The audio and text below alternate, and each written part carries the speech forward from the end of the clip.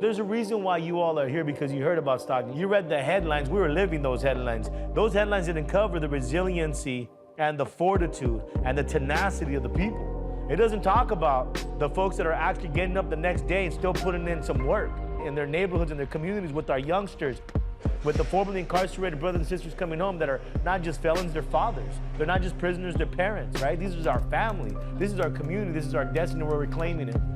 Our mission is to promote the social, cultural, spiritual, and economic renewal of the most vulnerable families of Stockton and the greater San Joaquin Valley. When we see police brutality, this is how sick we become, that we don't believe it, like they must have done something wrong. That's our tendency as people of color. We started believing the lies they said about us. We know police brutality like nobody else. Like nobody else. This is the Wild West. We incarcerated more people of color than anywhere else. For the last 30 years, young men of color have been the #1 homicide victims. You have a higher chance of getting shot in Stockton than in Chicago. And the fact is that the issues that happen in the black and brown community in the hood, you're not safe if you live in the more affluent, whiter communities in North Stockton. We all have a shared destiny, a shared and collective experience.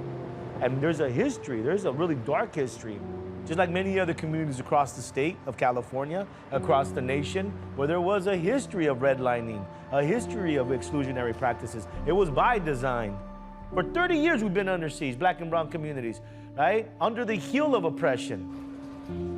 I'm surprised I'm still alive, bro. I was shot with a 12-gauge shotgun when I was 18 years old. I've been in melees. I've been stabbed in the neck. I didn't know I had caused so much hurt and pain. I had unresolved pain in my own life, and hurt people hurt other people. And I questioned my existence. You don't call it suicide when you step in front of a 12-gauge shotgun, but what else are you gonna call that? The risk is high for a lot of our young men.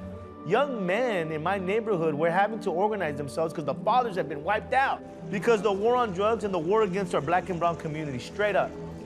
My community suffered. We had no men left in our community. So what did the young men do? We organized ourselves. They started calling us gang because we started organizing ourselves. Not for hate of other people, but for self-preservation. We felt the need to tribe up. You know what I'm saying? Like, we're being slaughtered out here, bro. And we needed to find a way to like confront these issues. Misguided. Because any circle like that without an elder is an incomplete circle.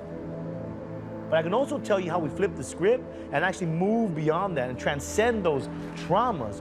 But I think part of it was that I was exposed to good men. And so we're trying to disrupt this generational cycle of incarceration and this punishment model. Nowhere are you gonna get closer to the pain and suffering of the people than here.